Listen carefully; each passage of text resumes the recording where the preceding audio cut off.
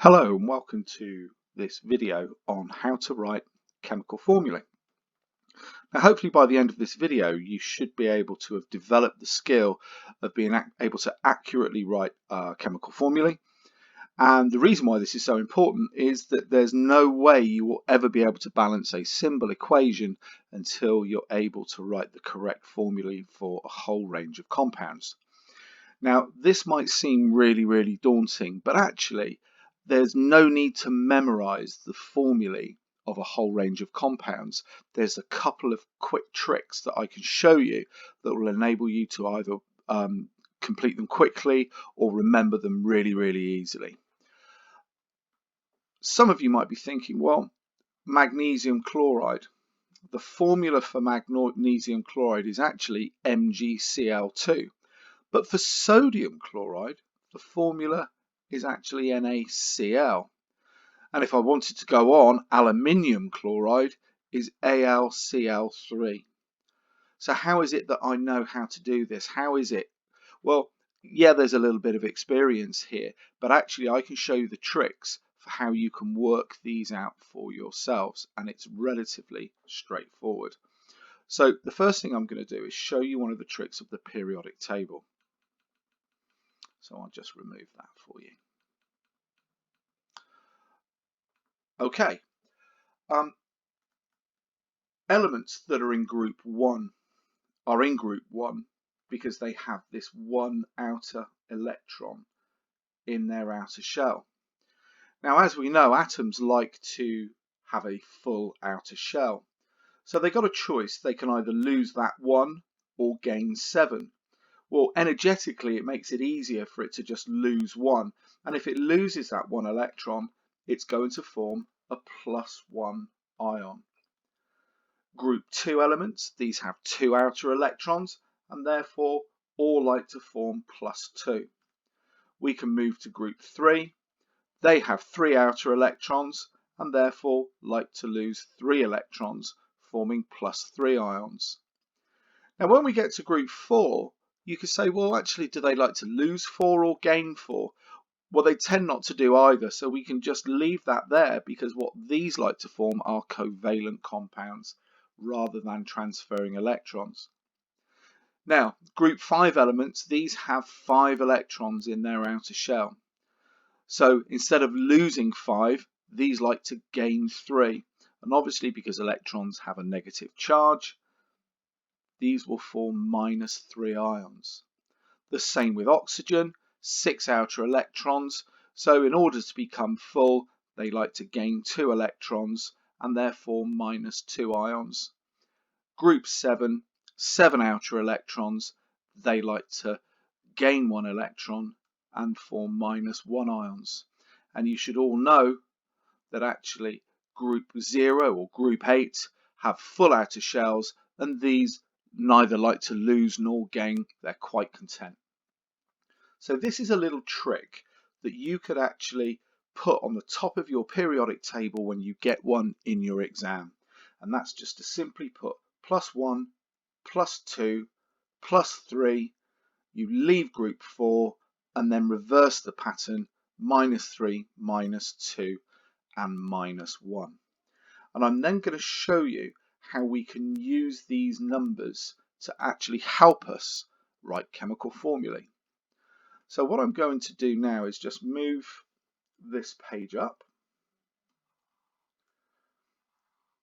and I'm going to show you how I can use this table here to help me write chemical formulae. Okay, you don't really need to learn these.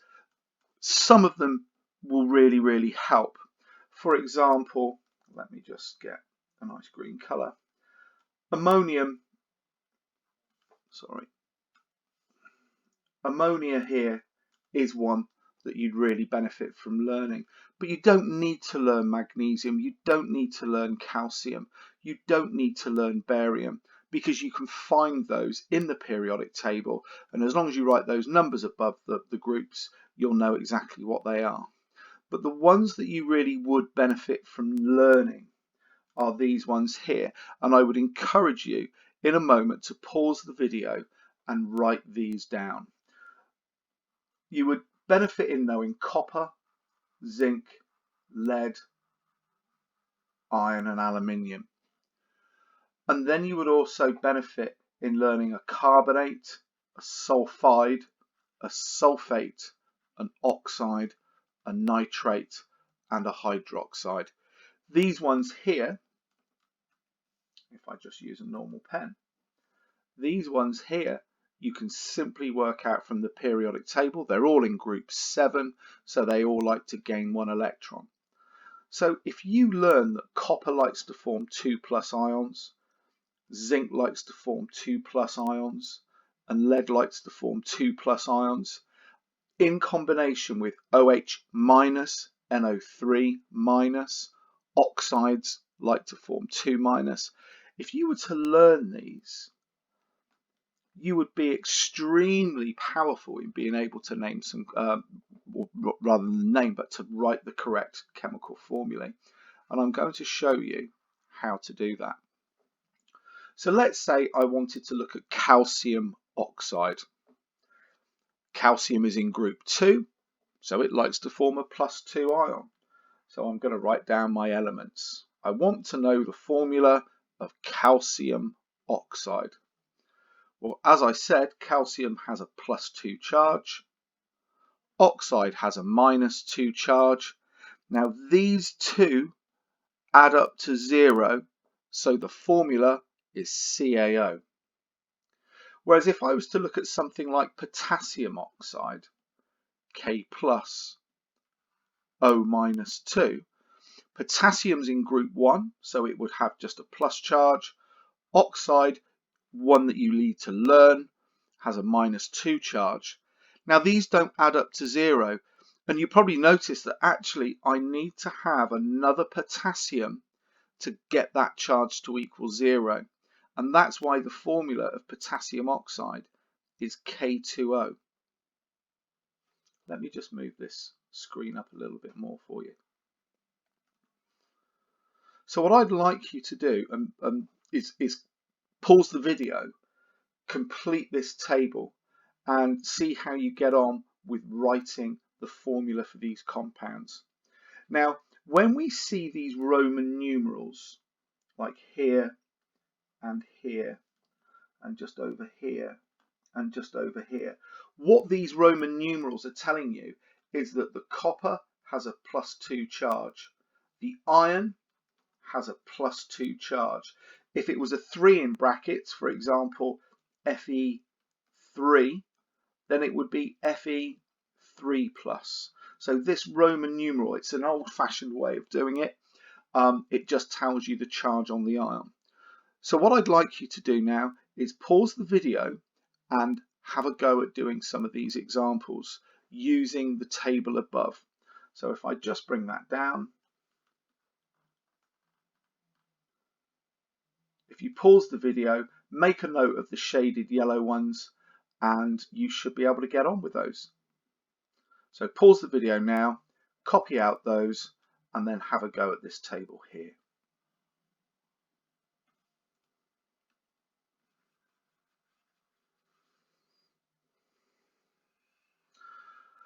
Okay, welcome back. I'm now going to give you some feedback and show you the answers. Well, we've already done calcium oxide, so that will be CaO. Magnesium oxide, magnesium is in group 2, so it would form a 2+ ion. Oxide, as we can see here, is a -2. The numbers balance, so it becomes MgO. Potassium oxide I've already done, K2O.